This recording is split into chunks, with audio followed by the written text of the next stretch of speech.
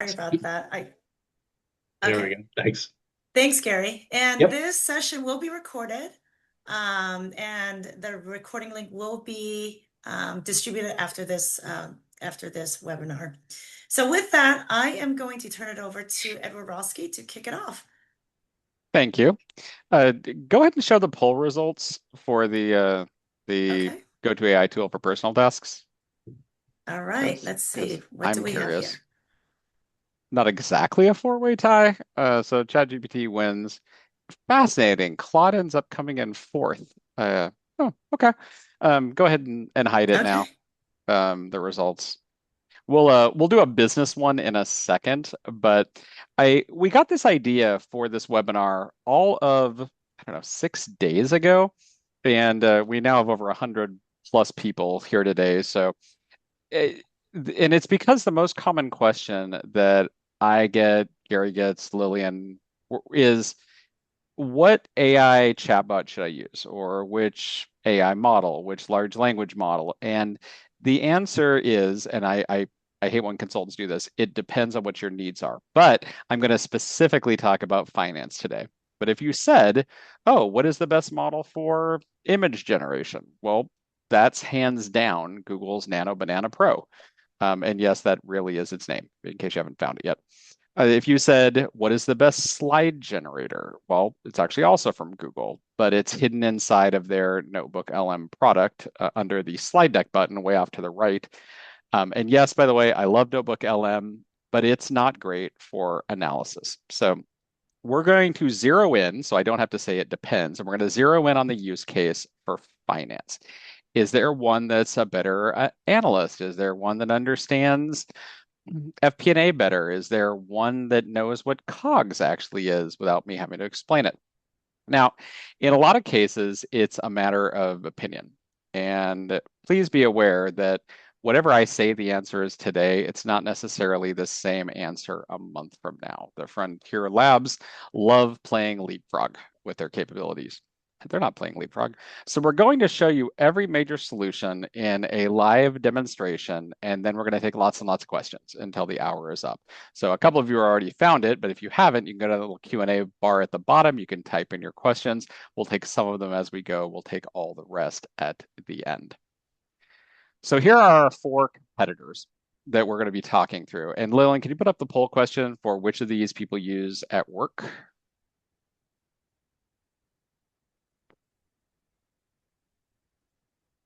Cool.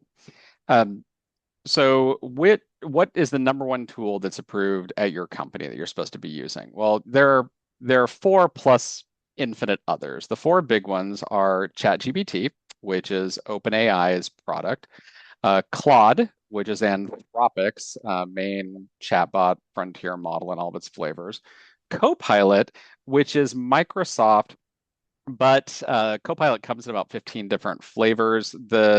Most the flavor most of you are familiar with is actually a version of ChatGPT that's included and customized through Copilot.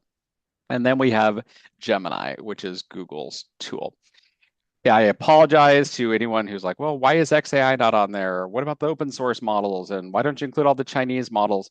These four make up probably 90% of the market share. We just don't have time to go through literally infinite models. Could you show the results, Lauren?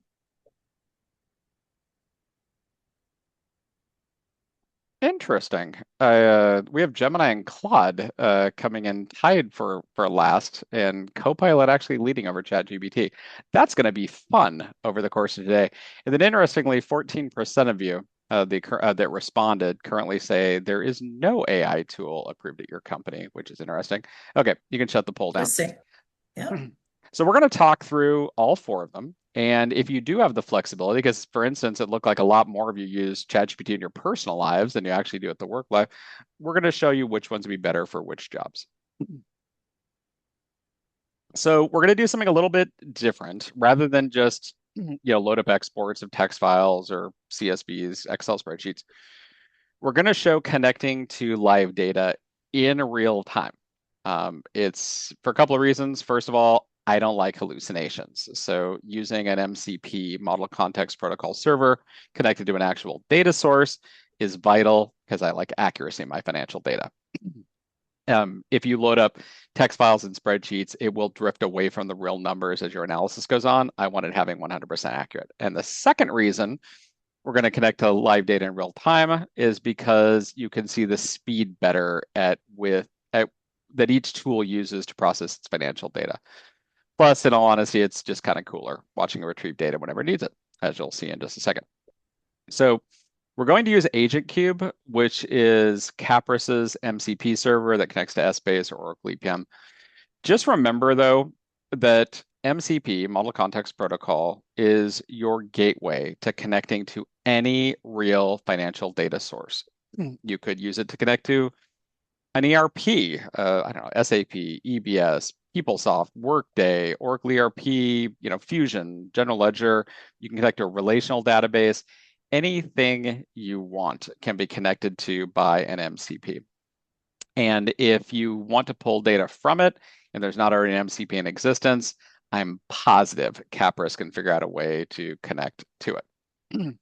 So what we're going to do is show you each AI being called with the exact same prompts. And then we're going to let you decide on which one you think is best. Gary and I are going to give our thoughts because, well, to be honest, we can't keep our opinions to ourselves. But we both want you to make your own decisions. And we're going to arm you with lots and lots of actual evidence as opposed to, I don't know, vibes you heard about from some drunken hype bro at a bar. So what we're going to do is we're going to pull up each one. And this may be the first time ever in a half-hour period you've seen all four of them with the exact same prompts. We've removed any non-standard system prompts from it. We've attempted to disable memory. There are a couple of cases where it's like, nope, I will not forget that one thing. But for the most part, these are the clean models with their built-in default personalities. And I'm going to go through each one of these. You will notice as we go through some of them that it actually will jump ahead on its own and kind of assume some of the later steps. That is not because we have trained it. That is just a large language model going, I can be helpful. I probably know what you're going to say next, as you'll see in a second. So with that, I'm going to start with ChatGPT. I'll handle ChatGPT and Claude because I want to win. And I'll let Gary handle Copilot and Gemini. He said only half in just. Okay, let me start a brand new session. What can I help with? Let's go ahead and connect to Essbase. Now, by default, if you don't have the AgentCube MCP, it's not going to know what to do. But hey, we've connected. Essbase is reachable. There's the IP address. Here's the version we're on. I love it. The next sensible step is to list what you can actually access unless you already know the app name that you want. And I do because that was my second prompt. So I'm going to say, use the sample basic cube. What are the dimensions? Now, it is pulling them live in real time. So when you see connecting to app, if you added a new cube or if you deleted a cube, it's going to pull it up right now. I just happen to know that sample basic is already out there. So in the sample basic cube, there are 5 dimensions, axes of the model, like a cube's coordinate system. That's kind of helpful. I didn't know what a cube was till just now. Sample basic, year, 17 members. Think like periods. Notice it's guessing their quarters and months. Metrics, sales, expenses, profit, product hierarchy, categories and SKUs, geography and customer markets, actual budget forecast, the usual corporate drama. If you want, we can drill into any of these. Yeah, you know what? It's about time to make a report. So I'm going to tell it my next standard prompt, make me a report with quarters across the top and major markets down this side. Now, one of the fun things about using a large language model to retrieve actual data is you don't have to tell it the exact names. So even though the actual names, as anybody who's used sample basic, will know are QTR1, QTR2, I just said quarters, I said major markets, it was able to. So it pulls it back in a fairly nice little table for me, even does a bit of formatting, quarters across the top, east, west, south, and central down this side. These are some real corporate numbers. It's being a bit skeptical. Someone would already be asking why Q3 is suspiciously high. Major markets, it decided we're east, west, south, and central. Now notice, unlike a normal retrieve, I didn't have to tell it all my dimensions. It just made the assumption, okay, well, you didn't tell me. You probably don't want actual plus budget plus forecast plus variance. You probably want, let's just give you actual, let's give you sales. Not every model will do that, which is why I have this next query, and I committed to going with this one regardless of what it did. So I'm going to say run that again, but for actual sales and analyze the results coming back. Notice it does offer some things. Maybe I want to look at profit. I want to look at expenses. I want to look at the breakdown by product, say the word, and we can slice this gosh darn cube. So what ChatGPT is doing now is it's deciding basically what that analysis is going to look like. So it'll pull back the exact same data that was pulling up before, but then it's going to dive into the details. And we're going to see something pretty darn similar over in Claude, except you're going to see it being a bit more of an analyst type. Oh, I don't know if you caught it. It said it really, really briefly that it tried to pull a member name that was slightly wrong. It's actually smart enough to catch itself. That's not AgentCube. That's not Caprus' MCP. That's the actual large language model. Not all of them will do that. Some of them will just give up after the first try. But ChatGPT Claude will actually say, let me go back and dive into it. While this is running, I'm going to just go get Claude started. So I'm going to tell it should connect to Essbase as well. It handily knew it was afternoon where I am. I love that it's actually thinking about establishing connection to the Essbase database system. You'll notice, same as ChatGPT, although Claude's being a little bit more helpful. What do you want to explore? I could list some applications. I could browse some cube schemas. I could query some data. I could even run MDX, except I never want to write MDX again for the rest of my life.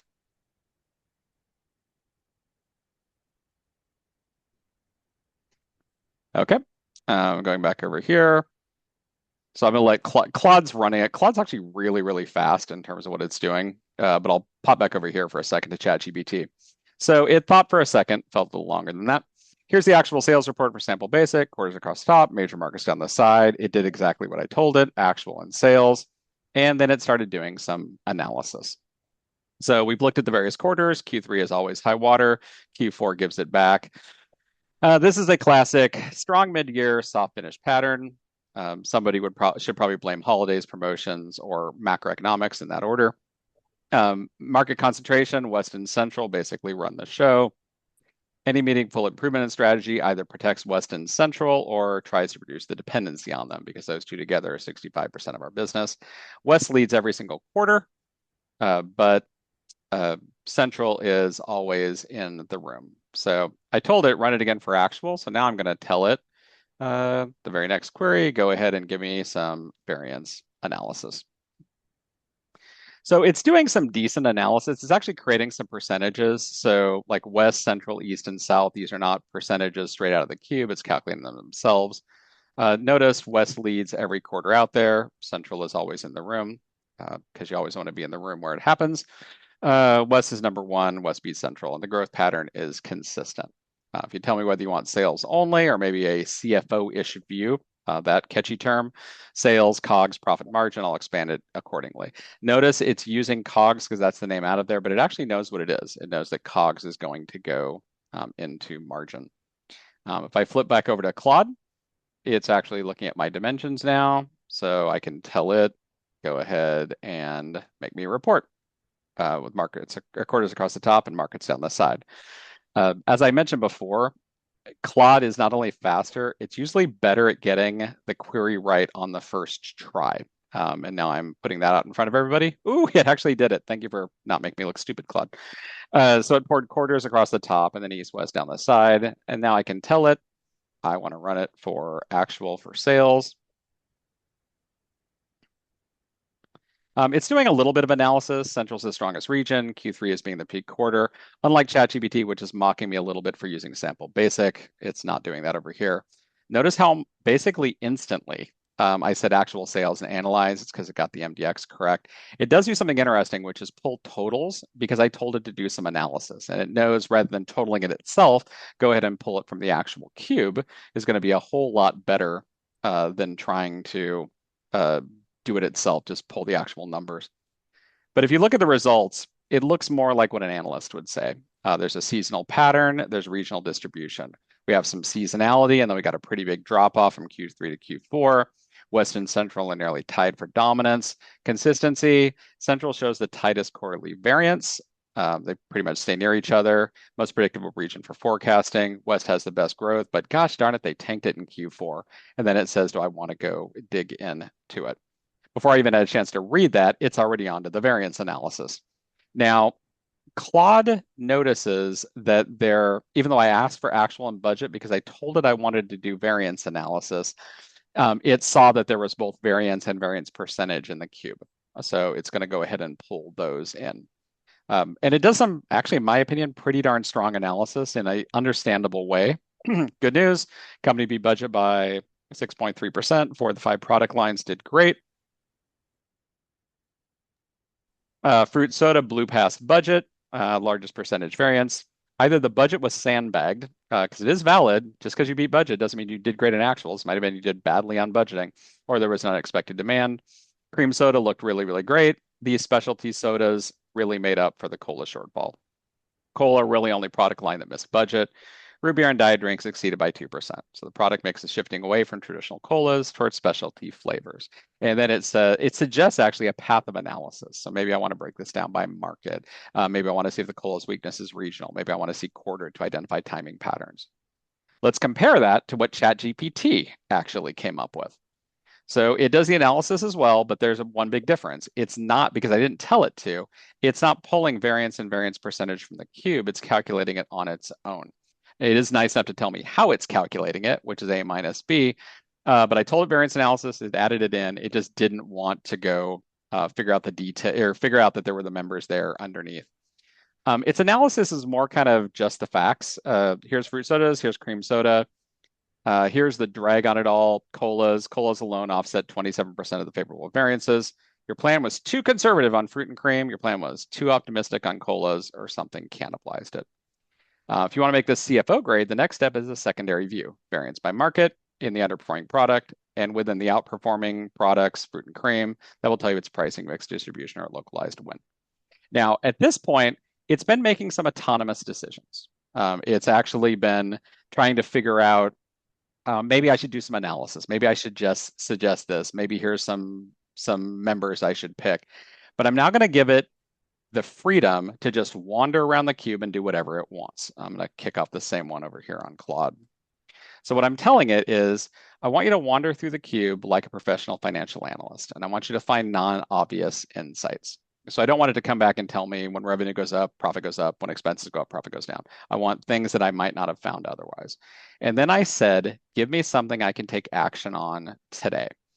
This is my success criteria, basically because I just don't want it running infinitely, just analyzing every single thing in the database.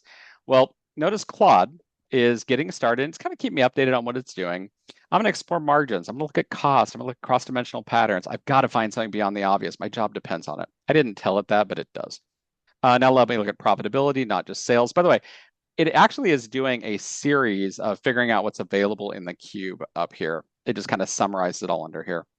Let me look at profitability, not just sales, do some margin analysis, execute MDX, look at this. I'm going to let it run for a while, but it's doing the same thing over here on ChatGPT. It's just kind of keeping more to itself. What is it's doing? So when we get back to it, it's going to spit out all the final results. So you can already start to see the personality difference between ChatGPT and Claude, and kind of how it finds numbers and how it dives into it. And with that, I'm going to turn it over to Gary, who is going to show us, as much as he can, Copilot and Gemini. Gary, take it away. Thank you, thank you, thank you. Hey, everybody. Good to see you. I've been scrolling through the list of participants, seeing some familiar names and plenty of new ones. So welcome. So let's get into it here. Let's make sure that everybody can see what I'm showing. Okay, I am sharing my screen there. Please let me know. I'm just trying to move the old Zoom bar out of the way. Lillian and Edward, jump in if I need to do more on I zooming can see things it. in and stuff like that. Yeah, looks good. Looks good. Okay. So what you can see right here to start off with, and I'm not actually going to spend too much time here. I'm going to jump over to something else. But you can see I'm in a typical M365 Microsoft environment. So Copilot. So this is Copilot. You can see that AgentCube is deployed here as a chatbot that I can talk to. And here are some of the things that you just saw Edward do. And I am going to, I'll show you some stuff live. I'm going to ask you to trust me on some other stuff just for sake of not repeating the same things over and over again. But for fun, first things first, let's start off with, I'm going to go over to Teams, right? So if you think about your enterprise deployment, yeah, that's great. You can go into the browser and you can go use that. But what's really interesting here is that I can also deploy this agent in Teams, right? And so now AgentCube is here just as if it was another person in the organization who I can now go ask questions to. So you can see today, here was some stuff that I did back in December. Here you can see today at 1:47 p.m. I said connect to Essbase. It gave me the same response Edward got. I gave him it the second prompt, very similar information, right? Make me a report with quarters across top. Now, here's one of the things that jumps out first when I look at this, right?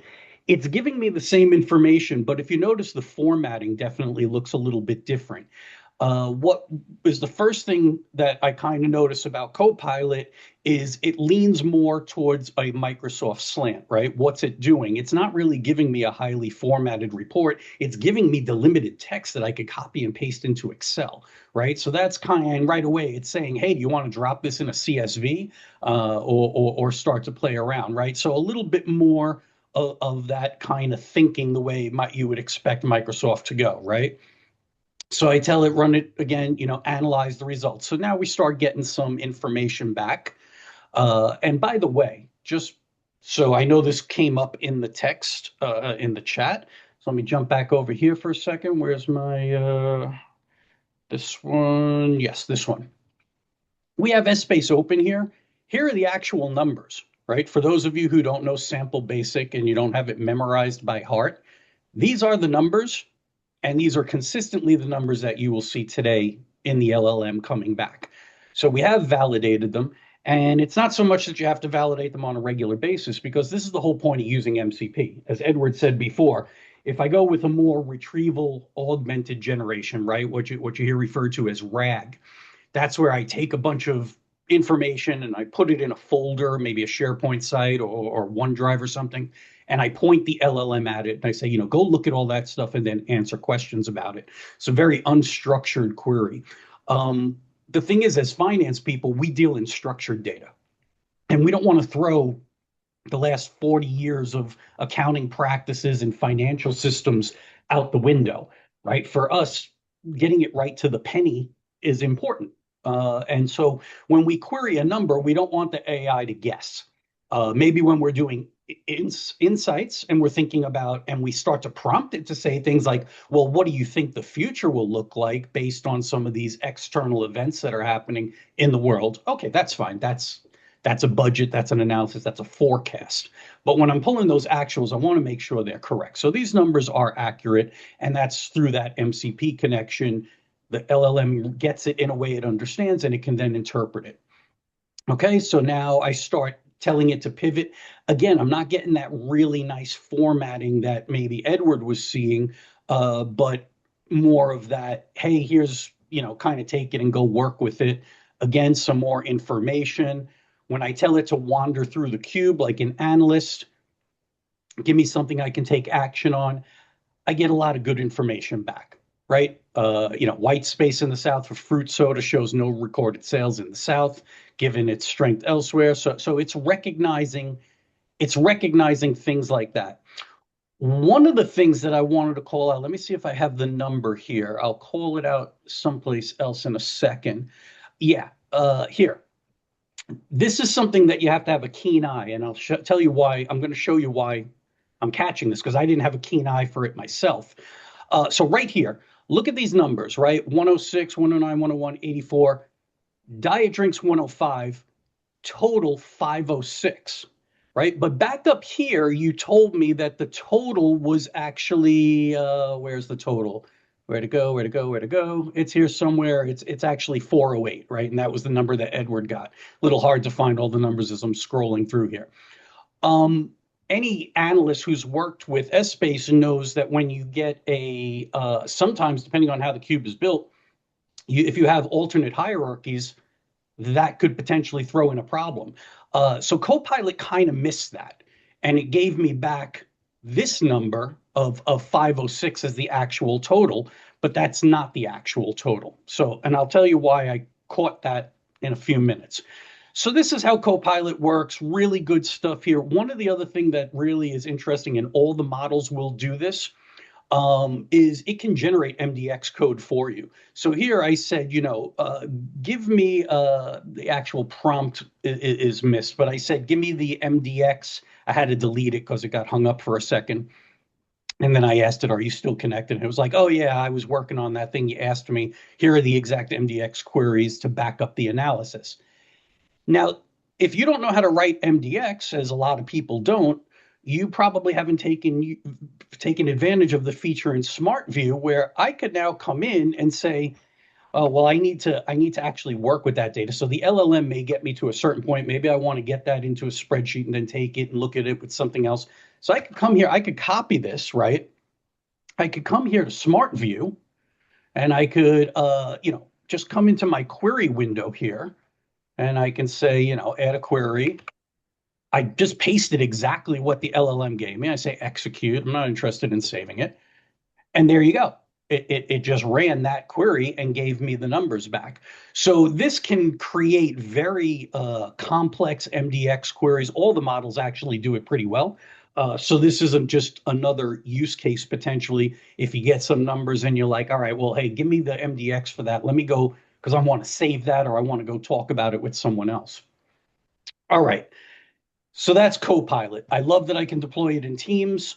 There's some really great stuff there in the M365 ecosystem. It's largely using the GPT model, so you're going to get some very similar stuff to ChatGPT. So let's talk about Gemini. So Gemini does not have the same kind of direct connector that you would use in like Claude or ChatGPT, and not really the same way to deploy like a Copilot Studio. So what I'm actually doing is I'm using the Gemini Code Assistant in VS Code, right? And so here I'm kind of running the same things. This was very slow, and that's why I'm not showing this live, because it was very slow. Now, I use Gemini for plenty of other reasons. I'm not going to say it's a slow model. It's typically not.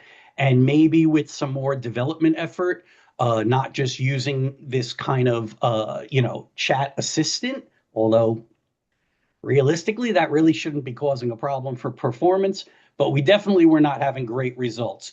We did get back some information. I can tell you that the first time I tried this, I was using Gemini 2.5. It was really poor. We then enabled Gemini 3 and started to get some better responses. You can see it's doing a lot of the same tasks here when it asks things. It is giving me a little bit better of a formatted report.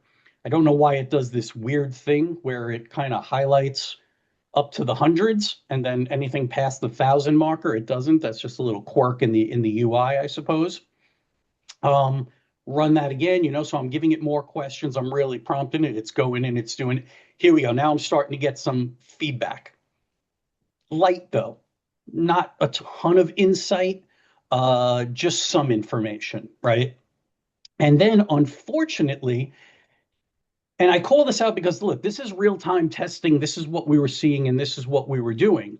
Basically, it said, hey, you exhausted your capacity on this model, right? So now I could go back into Google. I could invest in a more, I could buy more tokens. I could set it up more as an enterprise account, and I probably could have got further than this. But that's about as far as I got, and I kind of left it at that.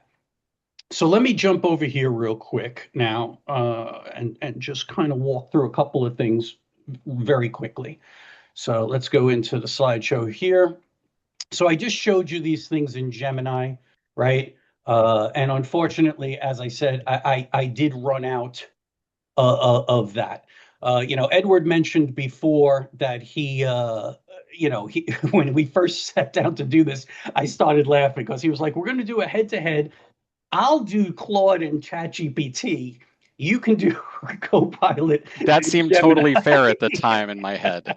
Yeah, that And was not. so, and I was like, huh, okay, I don't know how well I'm gonna hold up. But Copilot really did a good job. And I have hopes for Gemini. I just think this testing round didn't really show what it could. But I wanted to pull a Becca Mitchell here, and if anybody gets that pop culture reference, points for you. So I'm going to go off script a little bit here, and I called in some reinforcements at the last minute. So literally, uh, this morning, within the last couple hours, I managed to pull this up and get it working. And so, what are we talking about? Yes, we are talking about Grok. And Grok, he's loud, he's fast. He Wait, a literally fifth has no model filter. came in from the locker room when Yes. we thought my team was going to win. So unfair. So we pulled in Grok, and I can also show you this in real time. Now, again, this does not have that same web interface. I am doing this as a Python script in VS Code. Okay, so these are literally screenshots from a couple hours ago. And if anybody wants to, is like, I don't trust you, Gary, I want to see it, we can bring it up either during Q&A, or even better, just call me, ping me, we'll set up a one-on-one and I can walk you through it. So Grok is a contender. It definitely showed up. Response time was comparable, probably not as fast as Claude, or necessarily as Claude as ChatGPT. But again, I am running this through VS Code through a Python script. So there may be some things going on there that could impact the performance. The overall return, initially, a lot of the same things we would expect to see. Here, the report, again, it is more of a text space, but it does understand the concept of cross-tabbing, right? Definitely giving me a lot of information back right from the beginning, right? Based on your request for a report, blah, blah, blah, blah, blah, actual sales. It really calls out the stuff it's done. It's telling me how it got the information. It's telling me, hey, by the way, I'm rounding these numbers. The original data is in floats. So a lot of interesting information and then some other stuff down here at the bottom and follow-up questions. Then we go into the next one. Again, a lot of robust. Now it's telling me, hey, by the way, here's the MDX query I used. Some different things we've done. It was basically telling me, hey, I already returned that data before. I'm going to run it again. And then it gives me some more information. You can see the grids here. Now it starts getting into more in-depth analysis and giving us some really good feedback. This is what really caught my attention. To my knowledge, this was the only model that caught this. And basically what it said was, hey, the sum is 506, but when I pulled the numbers before, it was 400. So something's up here. And I think it's this diet drinks as either a separate additional hierarchy, or there could be some data peculiarity. That's what I would expect from an analyst who is new, who is starting to use Essbase to recognize. And so I thought that was really solid. I gave it a lot of points for recognizing and catching that. So again, more analysis, things that are working, things that are good. If we exclude diet drinks, right? The totals become blah blah blah blah blah. So it starts to get back into that and analyze it. This is now, I gave it the wander through the cube, right? It really came back with a lot, right? And it kind of gave me a whole story. It's like, look, I'm your Essbase expert, seasoned fictional analyst. I've wandered, blah, blah, blah, blah, blah, kind of going through all this stuff. It's telling me a lot of really interesting insights, a lot of information back. It's catching a lot of different things. So, and in this case, it's still kind of playing with this diet drinks. Now, in reality, I would have stopped it on that first one and said, hey, you're absolutely right. Diet drinks is an alternate roll up, exclude it going forward. And then it would have done that. But in this case, we were just kind of letting it run as is. I also thought this was really interesting. Uh, it was kind of talking about basic sales variance and hides this, blah, blah, blah, blah, blah. By the way, in a real cube, this could indicate blah, blah, blah. again, to my knowledge, this was the only model that actually acknowledged, yeah, this is test data. This is sample data. And so just kind of calling that out, I thought was insightful and showed a level of awareness that was pretty cool. Okay. And then, it asks what else you want to do from there. So I think that's pretty much, again, it just spits out some more stuff and then it closes out. So a lot of really good information there. I do think Grok is a contender and certainly worthy of further review and kind of understanding where it fits in with the other big players. All Excellent. right. Thank you. Back to you, sir. Okay, and your share. I'll start mine up again. To be clear, I honestly had no idea Gary was going to do that. He told me to give him an extra 5 minutes, and I said, "Are you going to cheat?" And he refused to answer that. No, it's if you look at any of the large language model head-to-head competition, like on llamarina.com, the Grok, which is the XAI models, Elon Musk's company, they actually score really high. They don't tend to get as adopted much by enterprises. They tend to make news when they've done something totally inappropriate. I tend to think of them as like your uncle having a bit too much to drink at Thanksgiving. But as you could just see, the analysis is actually pretty good, and it's making a whole lot of decent conclusions. So let me show you on that note what Claude and ChatGPT came back with. And by the way, Edward, Yeah. someone asked a question that I know you've played with, so just work it into your response here. They asked, have you compared Sonnet and Opus? So, and I know you have a lot of thoughts on that one. Yeah. Yeah, so it's funny you should say that. I've done all three. So those are three different models of Claude. There's Opus, there's Sonnet, and Haiku. Haiku, it says, is the fastest, and it is, but it doesn't do any additional analysis. It will answer your question and get out of there as fast as possible. Sonnet, you'd think would be a nice blend between speed and analysis. It's actually not, particularly for analysis. Opus is by far the best. And what's interesting is because it can reason through, like, oh, that number, that MDX wasn't quite right. Let me revise it to go pull the data correctly. And the same would happen if you were pulling from an ERP. It would look at the results and go, yeah, I think maybe I pulled the wrong field. Let me try a different field. Let me look at the totals. In terms of getting the answers to your question, Opus actually seems faster than Haiku because Haiku has to do it, realize it got it wrong, do it, realize it got it wrong. Opus can think through what it needs to do and then just get it right in one pass. I don't tend to use Sonnet when doing financial analysis, but right now Opus is awesome, provided you have the tokens to spend on it. I'll show you what I mean. By how fast it is. While Gary was talking, I was totally paying attention, Gary. While Gary was talking, while ChatGPT was finishing, had Claude run the same thing twice. So the whole query about go wander through the cube and find things, it was able to do two of them in the time that ChatGPT came back with one. So it's executive analysis on sample basic. Notice it's trying to format it nicely. It's another kind of benefit of Opus. Oh, and other people are asking questions about their models like Manus and DeepSeek, Mistral, Llama, all of those. At least at the moment, whenever I play with them, because you can download a lot of them and run them on a GPU, they don't seem as good as these four. And now I'm tossing Grok into the mix. So, but yes, it's a game of leapfrog. There will always be better ones coming out. So finding number one, you have a West region cost problem, not a sales problem. Now here's the nice part. It doesn't need the data right here. It already came to its conclusion. It's putting it in a nice little table to prove a point to me that I'm not getting the margin. Everywhere else is 56 to 57%, but in the West, I'm only getting 52%. That 4-point spread on my largest market is bleeding margin dollars. It's concentrated in COLAs, and it helps figure out why. It suggests an action. Maybe pull the West region P&L detail.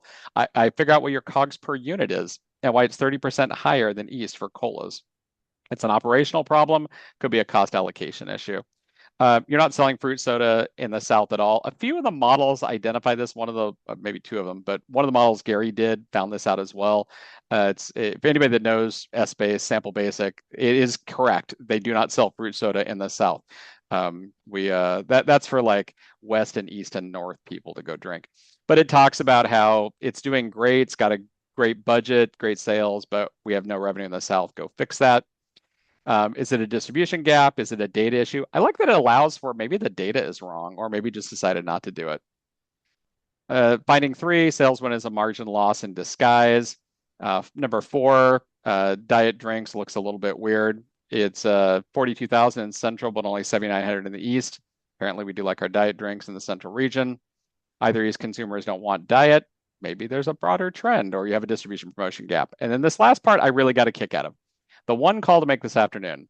Call your West region general manager and ask one question. Why is your COLA's COGS 30% higher than the East?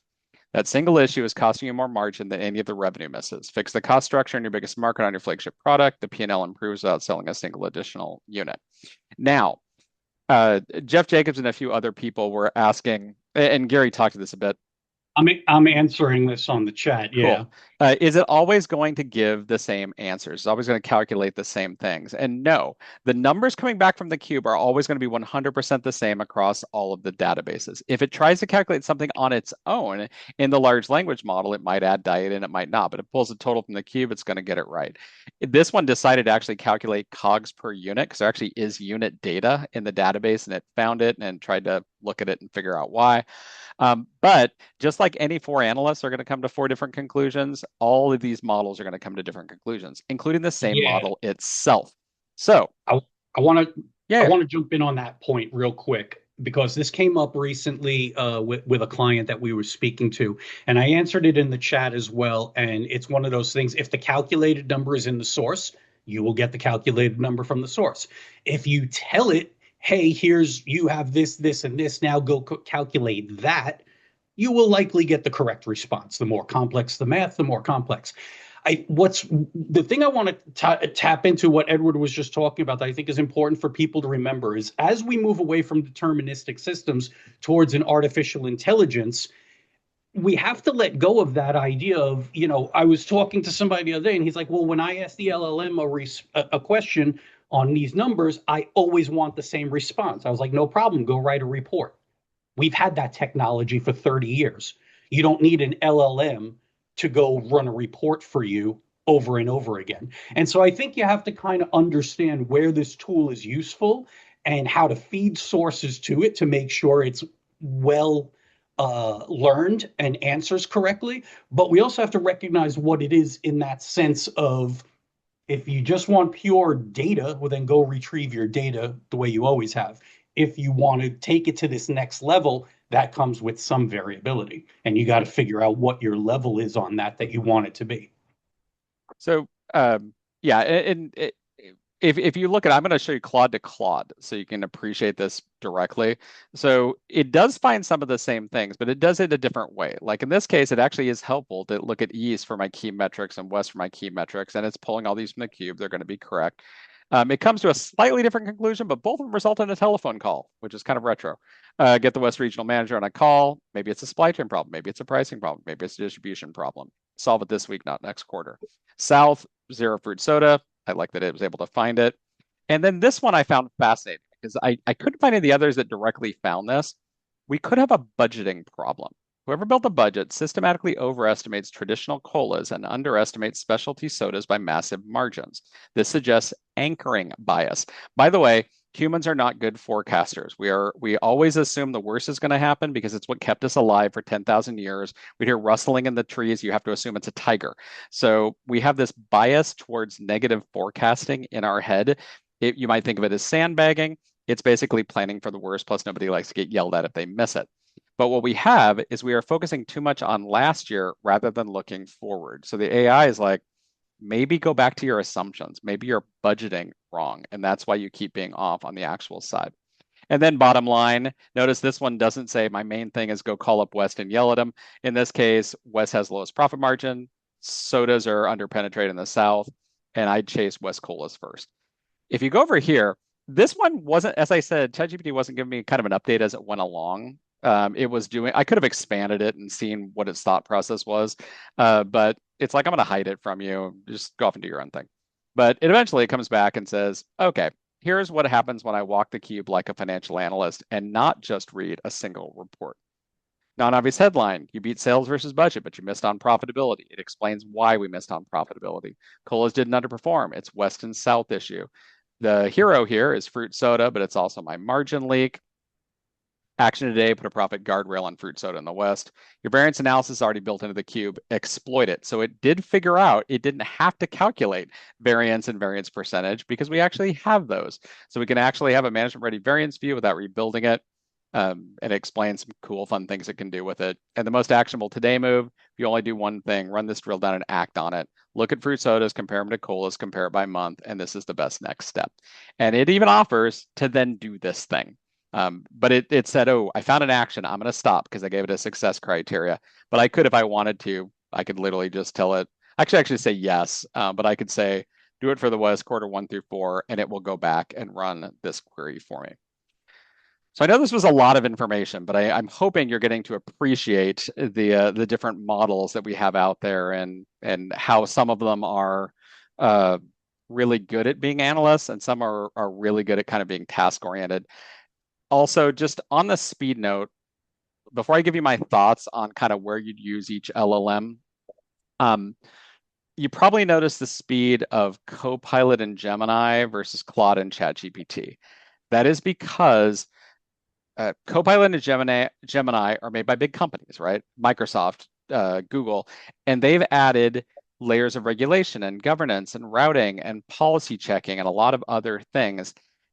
That doesn't matter that much if you're running a quick query, just, I don't know, who hit the most home runs in Major League Baseball last year. It adds up when you're looping through lots and lots of data. Copilot and Gemini are getting better on the performance side, but right now ChatGPT and Claude are winning if speed is your only concern. That said, there are some tricks you can do. Gary and Caprus have gotten quite good at helping configure Copilot and Gemini optimally, so call them. If you're a Copilot or a Gemini shop and you need help, or if you want it to have a different personality so it acts more like an analyst, or you want to speed up, call Gary and Caprus. Okay, we're going to talk my opinions on each one. To be clear, I do have paid licenses to all of these, and yes, all of them, even Grok. It's like they are getting my money as well. You don't need to have paid licenses to all of them, but you should at least have a paid subscription to one of them, or your company should have a paid subscription to one of them. I look at it as if I was hiring a person. So what is my need? Like, what is my main use case I'm trying to solve? So let's say I'm looking for a senior analyst to do some hardcore things.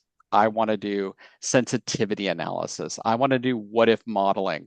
I want you to do a driver-based scenario plan. And all I'm going to tell you, I'm not going to go program a bunch of rules on the back end. I'm just simply going to tell you, what if my unit cost went up 3%? What impact would that have? It will go write an amazing Python script and run it. So if you're hiring for a senior analyst, somebody to do the hardcore analyst things, OpenAI's ChatGPT is the best at math. Be aware it is really task oriented. Notice the very second it was able to claim it completed my task, which was find something actionable today, it stopped. And then it offered to do some additional homework, but it didn't do it on its own. ChatGPT really likes finishing things. It's also not very inquisitive. It doesn't really care about looking at the data. It just wants to say it's finished what you asked it to do. And that said, you can ask it to do something really, really complicated and it'll do it. It doesn't object, but it's going to want to mark off that it did it as fast as possible. What if your need is more somebody who can communicate? So there's a big belief that the role of finance is changing from like report generation analysis to kind of more storyteller.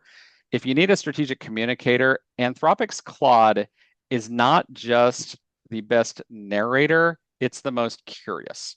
If you actually look at its thinking process, it gets really excited when it finds things. It puts exclamation marks all over the place. It by far has the best bedside manner. It loves going through lots and lots of data and seeing what it can discover. They do also have the best Excel add-in. And at least as of January 28th, 2025, that is a hill I will die on.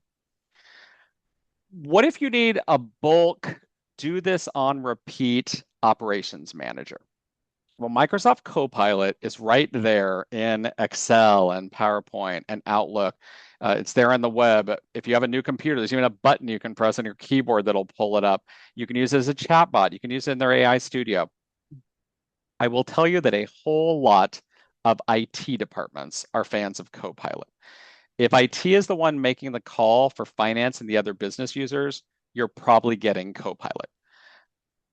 It's fine at the end of the day. It's ChatGPT under the covers. You are going to have to tune the personality of it. You're going to have to do a little more work to get it all set up. But where I would caution you, because there's some things you can't fix, the thing that they're not the best at are integrating with the products Microsoft owns. As I said, Google's Notebook LM is better at slides. Actually, I made this slide in front of you with Notebook LM.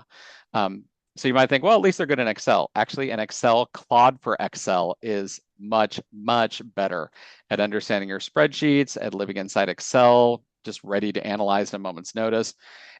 And Claude for Excel makes some really pretty workbooks. It'll format them, it'll do multiple tabs, it'll do lots of formulas that actually make sense. You look at them and go, wow, that is a creative way to use a SUMIF and a VLOOKUP. There are other companies that are better at doing Microsoft than Microsoft, but get comfortable with Copilot because it's probably what your IT department is going to choose. What if you want an archivist, a research librarian, someone who knows where everything is stored, every bit of data, no matter how dense it is, and can find it all on demand? Google Gemini pioneered the million token context window. That's about 750,000 words of information, roughly equivalent to all the Harry Potter books except Order of the Phoenix, which is the largest Harry Potter book. There's your fun fact for the day. Google Gemini is really good at tapping into Google Docs and Sheets and Drive and Gmail and the entire internet. It is just really good at large volumes of data. It is arguably, again, according to LM Arena, at least, the best overall chatbot model. Doesn't mean it's the best for finance. Where it is slow is when pulling in real data. It also is not as interested in analyzing. It just doesn't have a curious mindset, which is what you generally want an analyst to be. That said, it'll find a needle in a haystack. So if you've got a massive data set, a massive dimension, if you go, I need to find one department out of my 500 departments that's probably stealing money on their expense reports, it'll find them for you. So for finance, and I want you to make your own conclusion. If you didn't own anything and you came to me and you said, Edward, just strategically, you've got 5 minutes to be strategic. My pick is Claude followed by ChatGPT.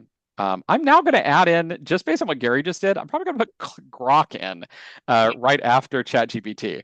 So my order at the moment, because I can fix the formatting and everything, it's probably Claude, ChatGPT, probably Grok.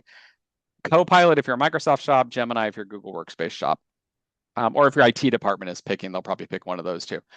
All that said, the reason we wanted to show you all of these is we want you making your own decisions because this is an opinion. Speaking of, Gary has held his tongue and wants to give 1 minute of his thoughts on why my opinions are totally wrong. Gary, take it away. No, you're good. You're 100% correct. Gary is lulled into an action. I think the only thing I would say there is largely my assessment is very similar. Look, I like Gemini. Google's huge. They're going to keep making ground, but it really has been evolving into super search. And I think that's great. There's a place for that. So far, I haven't seen it paying dividends on what we're doing, right? Copilot, I don't want to underestimate, right? It is GPT. It's GPT-5. And now Microsoft's talking about partnering up with Anthropic. So I think what you're going to start to see also is maybe some of these cross plays. By the way, if you had something like ChatGPT or Claude in your enterprise allowed you to use it, and you used M365 and you're like, hey, I'd like a Claude agent deployed in Teams, right? That's something that you could build, that we could build, you could build, and kind of bridge. So I think for a lot of enterprises, it does come down to what security is comfortable with. And right now, people are scared of what they don't know and what's new. So there's a lot of fear there. Microsoft has the enterprise data protection, and that's why you see kind of this lead with, if you go Copilot, we can move forward. If you want to use something else, we got to first go to the AI Council and let them snipe at us for an hour and what that's going to be like. So for quick, to get it up and running quickly. If you're an M365 shop, I put Copilot up at the top then for practicality. Yep. Feel free to, by the way, I'm a big fan of screenshots. Take them all you want, post them online, share them. I only ask one thing, tag me on Twitter or LinkedIn so I can just like it and reshare it. So please, if you think this is good information, share it with the world. I believe information is meant to be free. But if you're going to take one more screenshot, this is a one slider about IMHO, in my humble opinion, pros and cons in a nutshell. So I'll give you 5 seconds. We've been answering questions as we go along. One of the ones that came in is, could you feed the results from Claude to Gemini? Yeah, you totally can. One of the things that I kind of have fun with is back behind the scenes running a script where I actually run it multiple models and compare them. I'll also feed one to the other. I don't tend to do Claude to Gemini just because the Gemini data access isn't as fast as I want it to be, but I'll definitely do ChatGPT to Claude, where I'll use chat and have it come up with, here's a sensitivity analysis I want you to run, feed it over to Claude, have it dive into it and tell me why it's wrong. You can definitely start linking up all of these models together. Okay, one last slide. So if it was me, and I just needed a senior analyst doing lots of math stuff, I'd pick ChatGPT. As Gary said, if I was a Microsoft shop, especially if it was top to bottom, I'd pick Copilot. If I was a Google Workspace shop, formerly called G Suite, formerly called Google Apps. So if you're using Docs and Sheets and Slides in Google Drive, it's good at sifting through all that. I'd probably pick Gemini. If I wanted the best finance model overall, at least as January 28, 2026, I might have said 25 earlier, January 28, 2026, I'd pick Claude. But what if your company has already picked your solution for you? I added this in a couple seconds ago because it looks like a lot of you are already set at your companies. It is possible to make the different models better at finance. So I just chatted with Lillian, and she said that she and Gary will hop on a Zoom with you, talk over whatever it is you have, whatever your constraints are. Like, hey, we're allowed to use a little ChatGPT, but we need to default to Copilot. Just tell them. They'll tell you how to make as good as it possibly can be. They'll give you 20 to 30 minutes of free advice on living in whatever world you're in at your company. There's Lillian's email address. I didn't have it up on another one, so I tossed it up here. Just email her and say something like, I'd love to do what Edward said, but my company has some constraints. So please give me 20-ish minutes of free consulting because Edward said you would. Something like that. And she'll be happy to help out. I will throw one closing remark and then hand over to Lillian. Yeah. We have only scratched the surface here of what is out of the box. This is not agentic development. This is just connecting an LLM to a data source and seeing what it can do. Through true agentic development, we can hone personalities, we can assign roles, we can develop an agent that specializes in very specific things, just as you would hire someone, write a job description and then build an agent to go do that. So to tie into what Edward was saying, this is only the starting point. You can do a lot with the tools that you have. So let's definitely talk about that if there's a question. And Lillian, you can also, I'll let Lillian say the final thing, but you can also always email me or Gary with any questions you have. I'm not going to speak on Gary's behalf, but I'm quite lonely and always looking for friends. So email me at edward@roski.ai, even if it's just to say hi. It's been a while because I see a lot of faces on the line. We haven't talked in forever. Thank you, Gary, for being my partner on this webinar. Thank you, Caprus, for letting us use your Zoom webinar account. And thank you, Lillian, for letting me agree to for you to give away free consulting. Hope this was helpful. Until next time we come up with something I think would be helpful to talk about, keep asking good questions. And Lillian, wrap us up. Yeah, no, thank you so much. And of course, we're here to support you, Edward, and Gary's opinion matters as well. Okay, I know we're over, but I had one just final thought. In 10 seconds, Edward, what was your one aha moment going through this exercise? Oh, I thought I knew Sample Basic better than any human being alive, and that includes you, Glenn Schwartzberg. It actually found like rabbit holes off in the corners that I didn't really realize were there. And then it gave fairly intelligent analysis about it and then told me what to do about it. And while I knew that was possible, seeing it just wander around, like the fact that you can do that and all four models will just wander the cubes at this point, like an analyst, I just think that we're living in the agent future and it's just super cool. It is cool. All right, Gary, 10 seconds. No, I'm good. You go ahead. Ditto what Edward said. Okay, everyone, thank you so much for joining us. You have our contact info. Happy to continue the dialogue, and we will be sending out this recording shortly. Thank you so much. Thank you, everybody. Have a great one. Bye-bye.